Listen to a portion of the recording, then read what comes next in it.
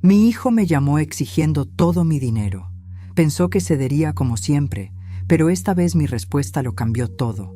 El sol de la tarde se colaba por mi ventana, pintando de un dorado cálido el polvoriento pasillo de mi casa. Estaba en la cocina, doblando una toalla, un ritual que mis manos repetían por inercia después de más de 6 décadas de hacer lo mismo, cuando mi viejo teléfono, apoyado sobre una mesa coja, vibró con urgencia. La pantalla brilló con el nombre de Martín, mi hijo, y un nudo familiar agrio y punzante se formó en mi garganta. Ya no me preguntaba si iba a hacer otra llamada pidiendo dinero. Solo me preguntaba cuánto pediría esta vez. Y qué mentira. Elaborada vendría a continuación. La última vez fue hace 7 meses para saldar deudas con un proveedor. Me dijo que la vida de su negocio dependía de ello. Recuerdo haberme quedado despierta hasta las 2 de la mañana, enhebrando agujas y cosiendo encajes para entregar un pedido, las puntadas borrosas por el cansancio en mis ojos, solo para tener el dinero que me pedía. La anterior fue para una oportunidad única de inversión, en la que el dinero se había esfumado como humo, cerca de 50,000 pesos en total. El eco de sus llamadas pasadas aún resonaba en mis oídos, como un recordatorio doloroso de lo que alguna vez creí que éramos. Tomé una bocanada de aire, sentí el aroma de la tierra húmeda que entraba por la ventana. Cerré los ojos, como si eso pudiera borrar el nombre de Martín de la pantalla. Mi mano tembló un instante antes de deslizar el dedo sobre la pantalla y contestar.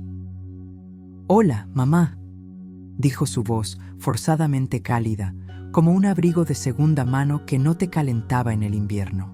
Noté un tono de apuro y exasperación en su voz. «Hola, hijo, ¿todo bien?» «Sí, mamá. Mira, voy a ir al grano. No tengo tiempo. Necesito que me prestes. No, que me des 100,000 pesos. Es para una inversión en una empresa de desarrollo tecnológico. Es el futuro, ¿entiendes? Con esta seremos ricos». La cifra era un golpe.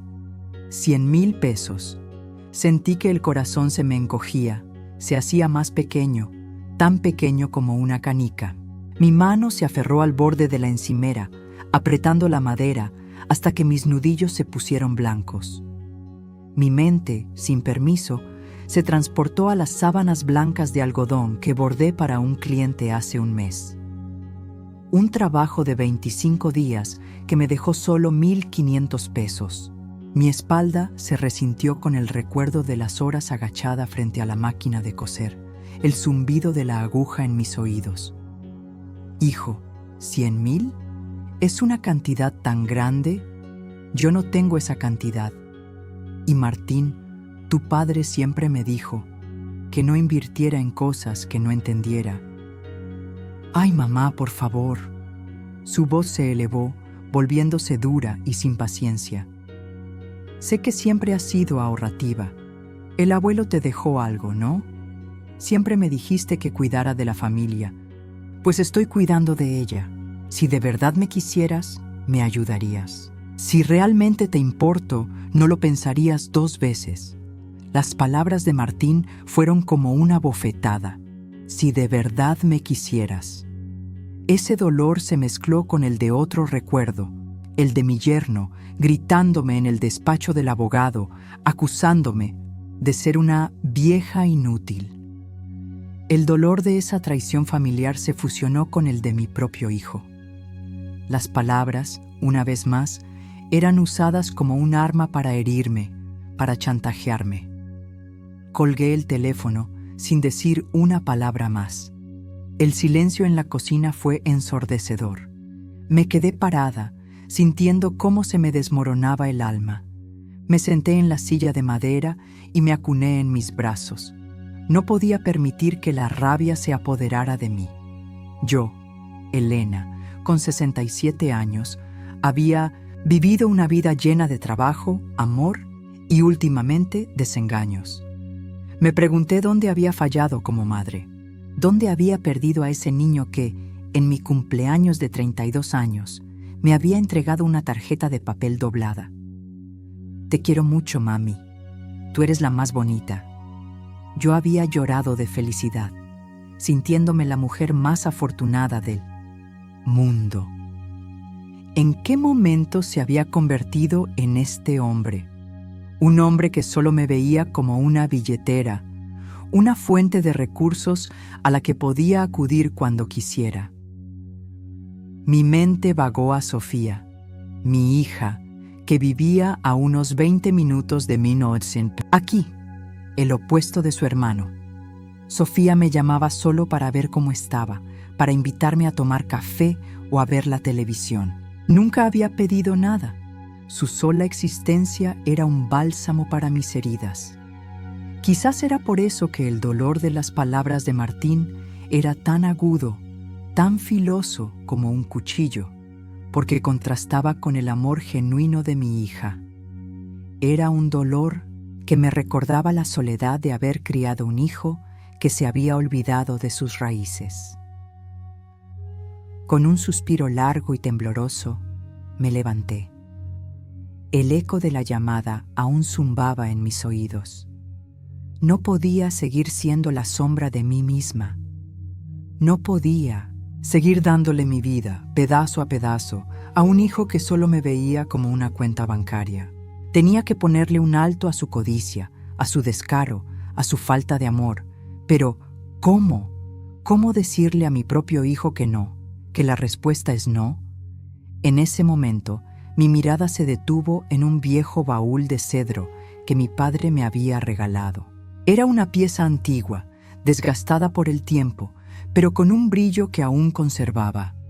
En él guardaba los retazos de mi vida, las viejas cartas de mi esposo, las fotos amarillentas de mi familia y, en el fondo, mi secreto, mi pequeña fortuna, mi dignidad.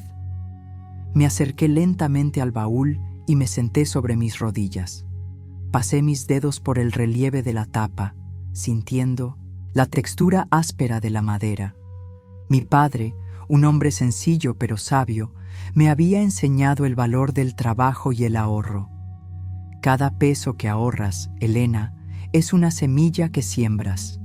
Con el tiempo, se convertirá en un árbol que te dará sombra y frutos, solía decirme con una sonrisa en los labios mientras me enseñaba a remendar mis primeras medias. Abrí el baúl. El olor a papel viejo y a tela de algodón me envolvió. Saqué los viejos cuadernos de mi padre. Su caligrafía, inclinada y temblorosa, aún se veía clara en las páginas.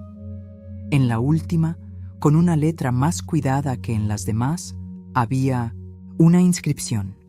La tierra, hija, es la única cosa que te pertenece de verdad. Nada puede quitártela si la cuidas.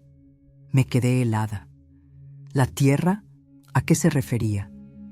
Siempre creí que mi padre solo era un hombre que amaba trabajar la tierra y coser, pero nunca imaginé que pudiera tener algo más que un baúl de recuerdos.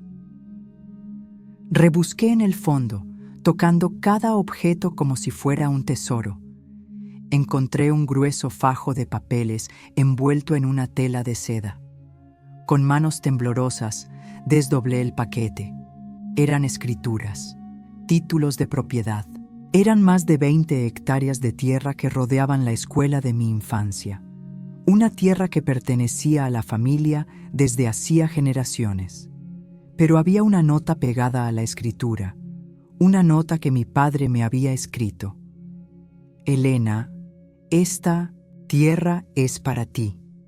Si algún día te hacen a un lado, recuerda que esta es la base de nuestro sueño. Con esta tierra puedes hacer lo que siempre quisiste. Mis ojos se llenaron de lágrimas. El sueño del que hablaba era uno que mi padre y yo habíamos tenido desde que era una niña. Construir una escuela de artes y oficios para los jóvenes del pueblo, para que pudieran aprender a ganarse la vida con un oficio digno, como yo. No podía creer lo que mis manos sostenían. Mi padre no solo me había dejado un baúl lleno de recuerdos, me había dejado una herencia, una responsabilidad, y con ella, la fuerza para enfrentarme a mi hijo. El teléfono sonó de nuevo. Era Martín. Lo dejé sonar. Tenía que pensar en lo que le diría. No podía simplemente decirle que no. Tenía que darle una respuesta que lo dejara sin palabras, que lo hiciera reflexionar, que lo hiciera entender que ya no era una fuente de dinero, sino la dueña de una herencia, un legado que iba a honrar con o sin su ayuda. El teléfono dejó de sonar y un silencio pesado se instaló en la cocina, solo roto por el tic-tac insistente del viejo reloj de pared. Mi corazón, sin embargo, latía desbocado en mi pecho. Aún sostenía en mis manos temblorosas el grueso fajo de escrituras, la caligrafía de mi padre en el título de propiedad. 20 hectáreas. La cifra era tan grande, tan increíble, que sentí como si estuviera en un sueño. Mis ojos se posaron en la nota de mi padre. Esta tierra es para ti. Si algún día te hacen a un lado, recuerda que esta es la base de nuestro sueño. Esas palabras eran como un faro en la oscuridad, un recordatorio de que no estaba sola, de que no era una vieja inútil. Me levanté de la silla, el dolor en mis rodillas y en mi espalda por el peso de los años se desvaneció, reemplazado por una nueva energía. Era la sensación de un alma que había estado dormida por mucho tiempo y que de repente despertaba. Tenía que ir a ver al licenciado Arcadio. Su padre había sido el abogado de mi padre y yo lo había conocido desde que era un niño. Quizás él pudiera guiarme. Salí de mi casa y el sol ya no se sentía cálido, sino ardiente sobre mi piel. Me arropé en mi rebozo, sintiendo su familiar peso, y empecé a caminar. No tomé la calle principal, sino una más angosta, una de esas calles que serpenteaban por el pueblo. El aire olía a tierra mojada, a nopales y a las tortillas que se cocinaban en las cocinas de las casas. Sentí las miradas curiosas de mis vecinos. Doña Amalia, la de la tienda de abarrotes, salió con una sonrisa para saludarme. ¿A dónde va doña Elena con este sol?, preguntó con la voz llena de preocupación. A ver al licenciado Arcadio, le respondí, forzando una sonrisa. Ah, dijo, asintiendo lentamente, como si la respuesta fuera tan simple y tan complicada a la vez. A veces es bueno que alguien nos ayude a poner orden en nuestra vida. Sus palabras eran una simple frase, pero me dieron un consuelo inesperado. Arcadio había crecido en el pueblo. De niño, solía venir a mi casa a comer los panecillos que yo horneaba para él y para mi hijo Martín. Era un hombre con los pies en la tierra y sabía que no me juzgaría. El despacho del licenciado Arcadio era un lugar pequeño, con un escritorio de madera vieja y estantes repletos de libros encuadernados, en cuero que se perdían hasta el techo. El olor a papel y a café era una bienvenida. El licenciado Arcadio, un hombre de unos 40 años con el pelo cano en las sienes, me recibió con una sonrisa. «Doña Elena, qué sorpresa, ¿en qué puedo ayudarla?» «Licenciado, necesito que vea algo», dije, colocando el fajo de papeles sobre su escritorio. Arcadio frunció el ceño al principio, pero luego sus ojos se abrieron de par en par mientras leía las escrituras. Se quedó en silencio, sus dedos pasaban por las páginas amarillentas, sus ojos se detuvieron en la firma de mi padre. Levantó la vista, mirándome con una mezcla de sorpresa y admiración. «Doña Elena», su voz era un susurro. Esto es increíble. Son más de 20 hectáreas de tierra. Es un terreno valiosísimo. Su padre era un hombre muy sabio. Era una mente brillante. No entiendo cómo Martín no sabía nada de esto. Martín nunca me preguntó, solo me llamó para pedir dinero. Dije con el corazón encogido. ¿Es real? ¿Es legal? Completamente. Las firmas están en orden. El testamento de su padre es claro. Usted es la única y legítima propietaria. Nadie puede disputarlo, dijo, con una seguridad que me hizo sentir que el suelo bajo mis pies se reafirmaba. De repente, la tierra que había sido una herencia se sintió como una responsabilidad, un propósito. Arcadio y yo nos sentamos durante horas con un mapa del pueblo extendido sobre el escritorio y me habló de las posibilidades de la tierra, de los terrenos baldíos, de los lugares que podrían ser un parque, una zona de recreo y, por supuesto, la escuela de artes y oficios que tanto mi padre y yo habíamos soñado. La tierra que para el pueblo solo era un terreno sin valor, era en realidad la promesa de un futuro para los jóvenes. Llegué a mi casa ya de noche, con una nueva sensación de paz en mi pecho. La llamada de Martín, el dolor que sentí, ahora me parecían lejanos. Ya no era una víctima, sino la dueña de mi destino. Me senté en mi porche, con una taza de té caliente en mis manos, y pensé en lo que haría a continuación. Necesitaba hablar con Martín, y no solo para decirle que necesitaba decirle que el dinero que él buscaba no existía, porque ya había sido invertido. A la mañana siguiente, el timbre de mi puerta sonó con urgencia. Abrí y frente a mí estaba Martín. No venía en su camioneta lujosa, sino a pie. Su ropa estaba arrugada, su pelo revuelto y su rostro parecía el de un hombre que no había dormido en días. ¿Por qué me colgaste el teléfono, mamá?, dijo, sin saludar, su voz tan agresiva como el rugido de un perro. He estado llamándote y no respondes. ¿Acaso no te importa que tu propio hijo esté en problemas? No me hablaste como un hijo, me hablaste como un extraño. Respondí con calma. Mi voz era baja, pero tan firme como una roca. El dinero no crece en los árboles, Martín. Y esta vez no hay dinero, no para ti. Martín soltó una risa burlona, un sonido afilado que cortó el aire. ¿No hay dinero? ¿Qué? ¿Te lo gastaste todo? ¿O es que ya no soy lo suficientemente importante para ti? Su voz estaba llena de desprecio. Sentí que se me oprimía el pecho. La herida que me había provocado con sus palabras en el teléfono se reabrió. Quise gritarle, decirle que mi dignidad y mi alma no tenían precio, que cada centavo de mi pequeña fortuna, la que me había costado años de trabajo, tenía un significado, pero me contuve. Me acordé de la tierra, del baúl, del testamento, de mi padre. No tenía que pelear, tenía que ser fuerte. No tengo dinero para tus deudas, no tengo dinero para tus inversiones, dije con calma, viéndolo directamente a los ojos. Había algo diferente en mi mirada. Ya no había tristeza, sino una extraña paz. Ese dinero ya tiene un propósito.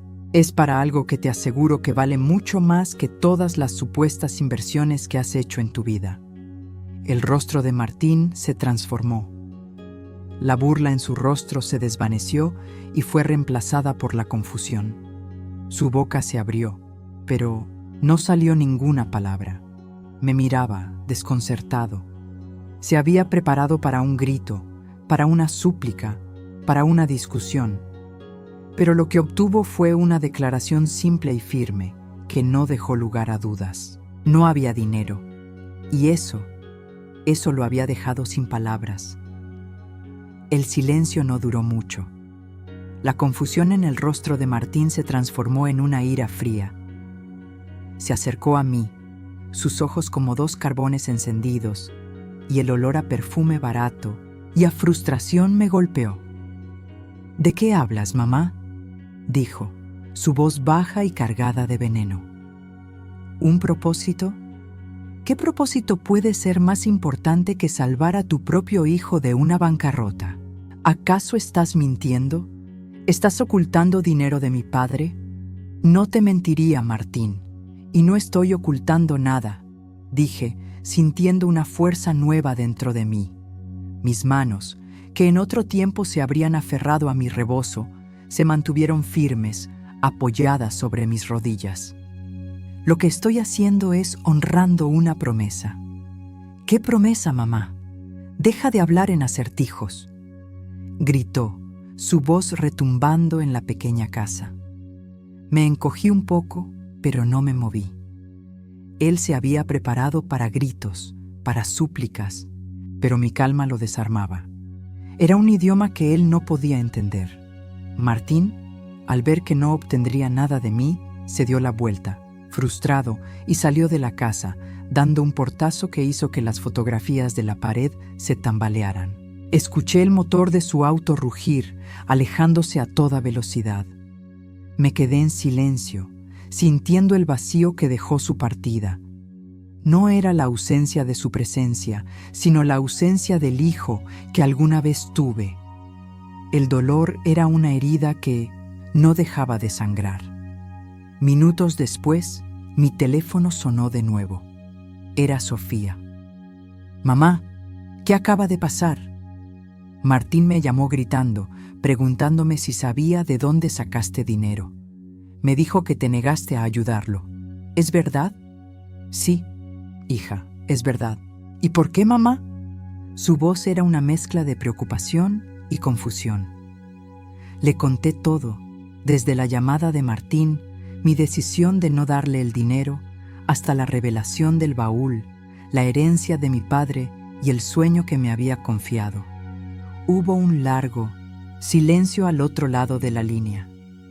Pensé que Sofía, como Martín, me juzgaría, pero su voz, cuando habló, estaba llena de una emoción diferente.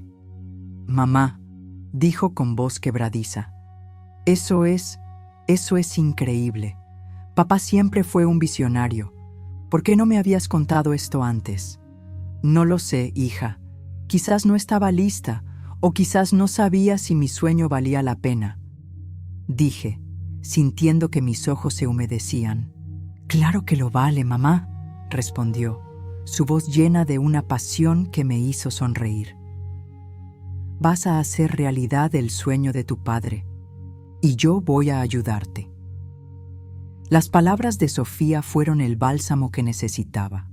Su apoyo, tan simple y tan genuino, reafirmó mi convicción. No estaba sola. No era una vieja inútil con un sueño imposible, como me había llamado mi yerno. Yo era Elena y tenía un legado que honrar. Al día siguiente, me reuní con el licenciado Arcadio.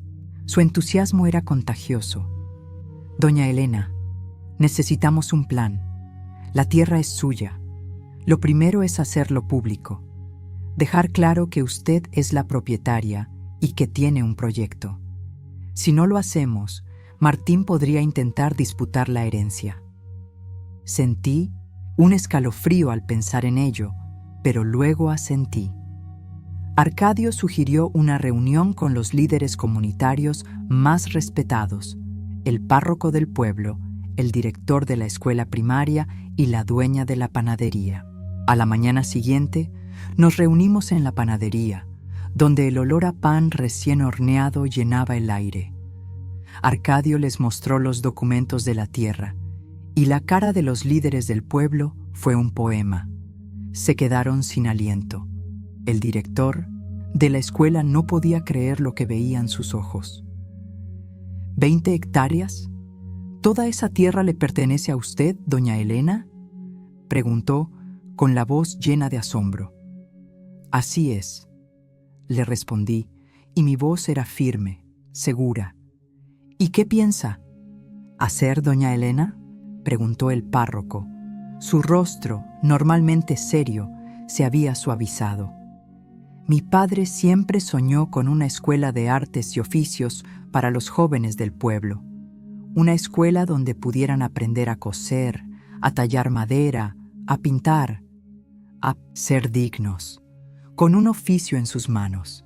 Con esta tierra, mi padre me dio los medios para que su sueño se haga realidad. Hubo un momento de silencio. Luego, la dueña de la panadería, una mujer de unos 40 años, con las manos enharinadas y la mirada bondadosa, se levantó de su asiento y me dio un abrazo. «Doña Elena», dijo, con la voz quebrándosele, «este es el regalo más grande que le han podido dar al pueblo. Cuente conmigo. Yo donaré pan para todos los trabajadores y voluntarios que ayuden a construir la escuela». Los demás líderes también prometieron su apoyo. El párroco ofreció que la iglesia ayudaría a recaudar fondos y el director de la escuela, con lágrimas en los ojos, me dijo que prepararía un plan de estudios. Me quedé sentada, con mi corazón desbordándose de una emoción que hacía mucho tiempo no sentía. Mi padre tenía razón. La tierra era la base de nuestro sueño, y el amor de la gente del pueblo era el cemento que lo uniría. Mientras tanto, Martín, impulsado por la frustración y la rabia, decidió tomar el asunto en sus propias manos. Se dirigió al pueblo y, con un aire de superioridad, le preguntó a una vecina, la que siempre estaba al tanto de los chismes, si sabía qué había pasado con la herencia de mi padre. Ella, que ya se había enterado de la reunión en la panadería, le respondió con un aire de inocencia. «Oh, ¿la herencia? Ah, no era dinero, señor. Era la tierra. Doña Elena va a construir una escuela». Su padre le dejó toda la tierra que rodea el pueblo. El rostro de Martín se transformó. Se quedó sin palabras. La burla, la ira, el desprecio, todo se evaporó. Y solo quedó una incredulidad total. La tierra, su herencia. Había estado tan ciego, tan enfocado en el dinero, que no se había dado cuenta de lo que realmente estaba en juego. Se había reído de la tierra de la que mi padre le había hablado, pero ahora se daba cuenta de su inmensa riqueza, una riqueza que no podía comprar ni vender. El veneno de la traición y la codicia se instaló en sus ojos. No era solo el dinero que había perdido, sino la oportunidad que había desechado. Se había enfocado en el valor financiero y no había visto el valor moral. Y el dolor de esa traición, de esa falta de amor, de esa falta de respeto hacia su propia madre, se iba a convertir en un fuego que iba a consumir todo a su paso. El veneno de la traición se instaló en los ojos de Martín. Sus puños se cerraron con tanta fuerza que sus nudillos se pusieron blancos. No era solo el dinero que había perdido, era el orgullo, la humillación, la vergüenza. Él, el hijo mayor, el que se creía más inteligente y astuto, había sido burlado por una mujer de casi 70 años, por su propia madre. Su rabia se había convertido en un fuego que prometía consumir todo a su paso. Ya no era un simple capricho de dinero, era una guerra personal. No podía permitir que Elena ganara. Se negó a aceptar que su madre, la mujer, que siempre había creído que era su sombra, fuera capaz de construir algo tan grande, tan noble. El plan de Martín, aunque impulsado por la rabia, era metódico. Se puso en contacto con un abogado inescrupuloso en la Ciudad de México, un hombre conocido por encontrar resquicios legales donde nadie más podía. Martín le explicó la situación, exagerando la historia, acusando a su madre de senilidad y de estar siendo manipulada por la gente del pueblo. El abogado, con su voz fría y monótona, le aseguró que había maneras de disputar una herencia y que en las manos de un experto, la ley podía ser tan flexible como una rama de sauce. Martín sonrió, un gesto cruel que no llegaba a sus ojos. Mientras él conspiraba en la oscuridad, la luz crecía en mi lado del mundo. El proyecto de la Escuela de Artes y Oficios se había convertido en el corazón del pueblo.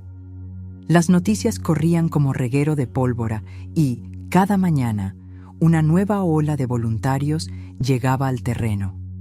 Don Manuel, un carpintero jubilado, apareció con su viejo cinturón de herramientas y un martillo.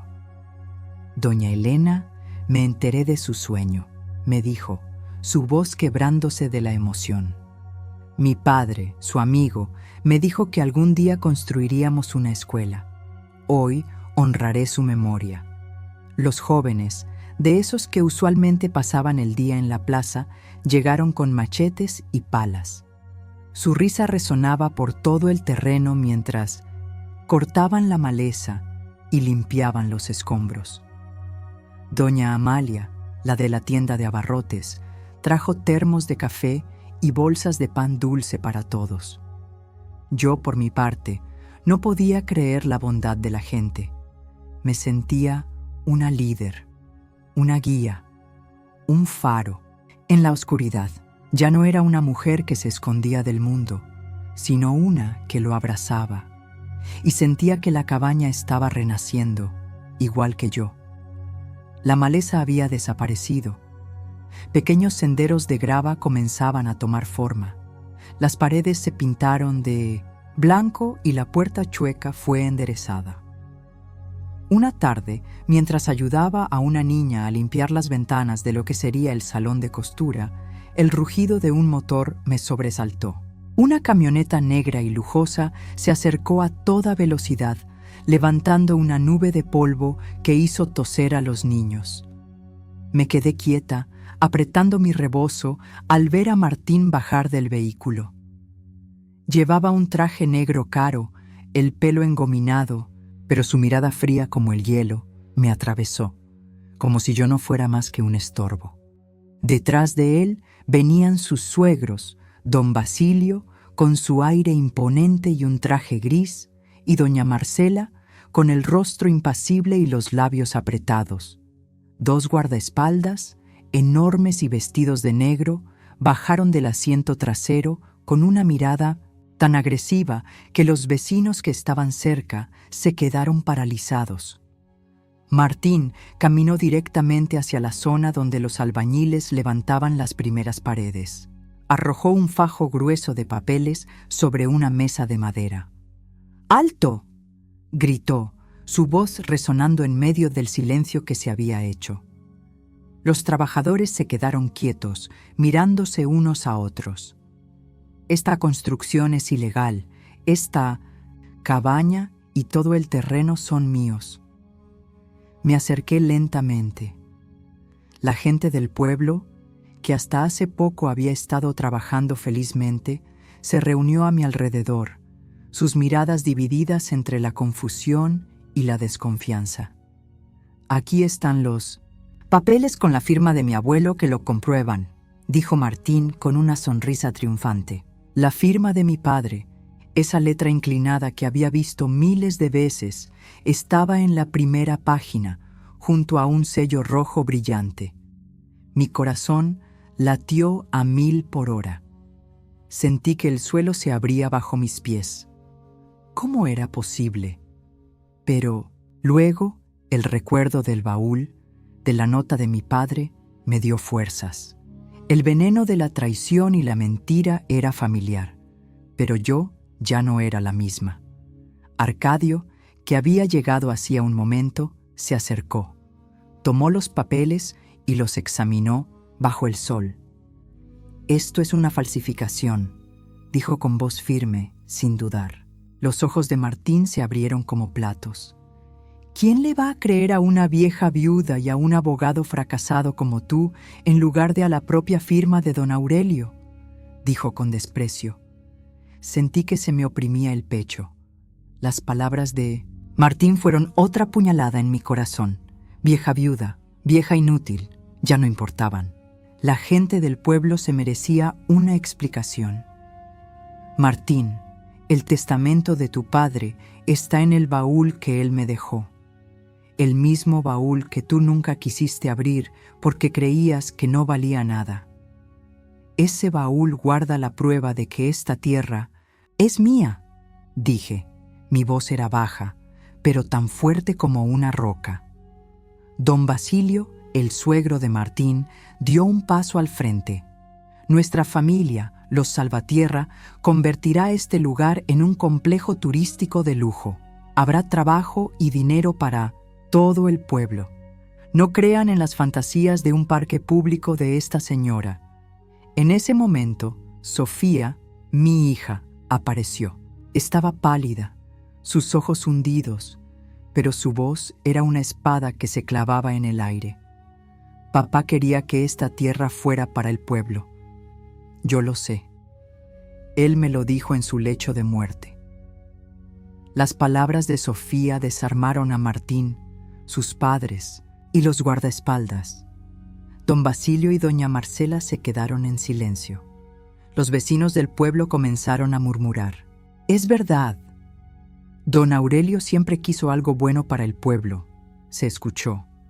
Martín me miró, con una mezcla de ira y humillación en los rostros. Se había preparado para una guerra de palabras, pero lo que obtuvo fue la verdad, simple y clara, revelada por su propia hermana. La derrota en sus ojos fue mi victoria. Me quedé ahí, abrazando mi rebozo, sintiendo que el sol de la tarde se hacía más cálido. Ya no estaba sola. La gente del pueblo me había dado su apoyo, y con la verdad de mi lado, sabía que ningún veneno podría envenenar mi alma. La humillación pública no aplacó la ira de Martín, solo la hizo arder más fuerte. Su rostro, en la última vez que lo vi en el terreno, no reflejaba derrota, sino una sed de venganza helada. La paz que la victoria me había traído era frágil, como un cristal fino. Sentía su amenaza en el aire, en el zumbido de mi teléfono que ya no se atrevía a sonar, en las miradas de los extraños que pasaban por mi casa. Arcadio me había advertido. Doña Elena, un hombre como él, cuando es acorralado, se vuelve más peligroso. Sofía, por su parte, se había vuelto mi sombra. Venía todos los días trayéndome café y pan dulce, y hablábamos de los planes para la escuela. Pero incluso en nuestros momentos de risas, un hilo de preocupación se tensaba en sus ojos. Ella conocía a su hermano mejor que nadie. Sabía que no se detendría ante nada para recuperar lo que él creía que era suyo. Una noche, cerca de la medianoche, me despertó un sonido que se me clavó en la piel. El crujido de tablas rotas, el tintineo de vidrios y luego un olor acre. Salí corriendo a mi porche y vi una columna de humo elevándose desde el terreno de la escuela. Las nuevas paredes de adobe que los voluntarios habían levantado con tanto esmero estaban en llamas. Un rugido de ira se apoderó de mi garganta, un grito que se perdió en la oscuridad. No lo dudé un instante. Me puse un viejo abrigo, tomé mi rebozo y salí corriendo. El corazón me latía tan fuerte que pensé que se me saldría del pecho. A lo lejos, vi dos siluetas moviéndose con urgencia y el destello de la luz de un encendedor.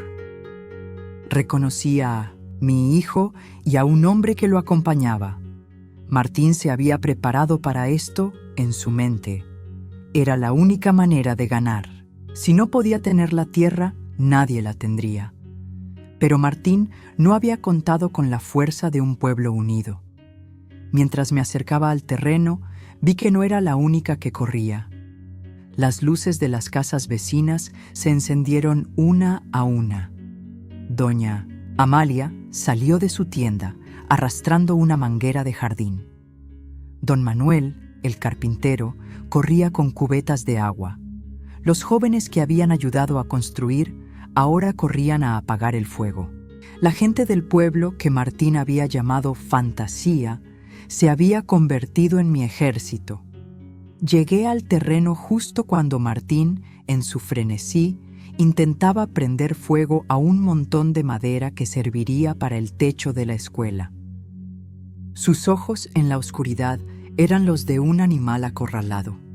¡Martín!, grité, mi voz firme, pero desgarrada por la emoción. Mi hijo se detuvo, sorprendido por mi presencia. Me miró y por un instante vi al niño que una vez fui. Pero ese niño se había ido, reemplazado por un hombre consumido por el resentimiento. «¡Lo hiciste, mamá!», me gritó, su voz llena de rencor. «Lo hiciste por tu cuenta. Me hiciste ver como un idiota». «No, Martín, tú solo te hiciste eso», le respondí con calma. Mi voz era baja, pero tan fuerte como una roca. La multitud de vecinos se acercó, rodeando a Martín y su cómplice. El silencio fue total, solo roto por el sonido del fuego y la respiración agitada de mi hijo. Martín se quedó en silencio, sin saber qué hacer. No podía luchar contra un pueblo. Su victoria efímera se había desmoronado ante la solidaridad de la gente que él había despreciado. Arcadio llegó en ese momento, con la policía detrás de él. Mi hijo y su cómplice fueron esposados sin oponer resistencia. La humillación en el rostro de Martín era la verdadera sentencia. Ya no era un simple problema legal, era una cuestión de moral, de decencia, de amor, y en ese sentido, mi hijo había perdido. El día después, el pueblo se unió para reconstruir lo que había sido destruido. El fuego había quemado las primeras paredes, pero no había tocado el espíritu de la gente. Con cada clavo que se ponía y cada tabla que se levantaba, la escuela no solo se construía, sino que se fortalecía como un símbolo de la resiliencia y el amor de una comunidad unida. Finalmente, el día de la inauguración llegó. Me puse un vestido blanco que yo misma había cosido, y mi hija Sofía me ayudó a ponerme el rebozo de mi madre, un rebozo con historia, que había visto nacer y crecer a mi familia. La escuela, un edificio de adobe con grandes ventanas y un tejado de madera, estaba llena de niños y jóvenes. Sus risas llenaban cada rincón, y el olor a madera nueva y a tela de algodón me transportaba a mi infancia. Me senté en el porche, viendo a los niños correr y jugar, y por un instante cerré los ojos y sentí que la presencia de mi padre y mi esposo estaba ahí, en el aire. «La tierra es la única cosa que te pertenece de verdad», había escrito mi padre en su cuaderno. Pero ahora lo entendía de otra manera. La tierra era importante, sí, pero mi verdadero legado no era una propiedad. Era el amor, la dignidad y el propósito que había encontrado al defender mi sueño, el sueño que había revivido, el sueño que mi hijo había tratado de robar, pero que yo, una vieja inútil, había logrado salvar.